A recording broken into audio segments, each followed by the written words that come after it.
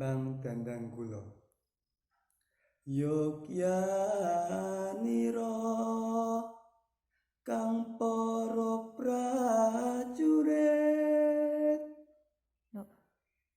lamun bisa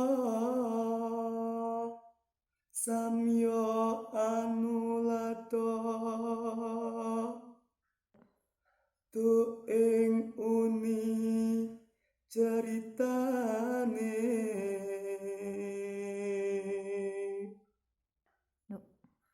andeliro sang Prabu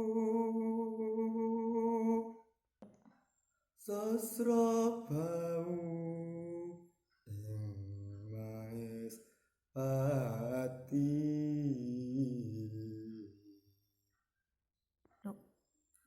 aran Pate Suwanda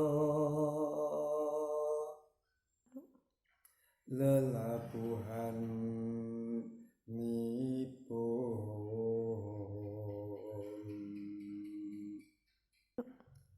kang ginelung Tripra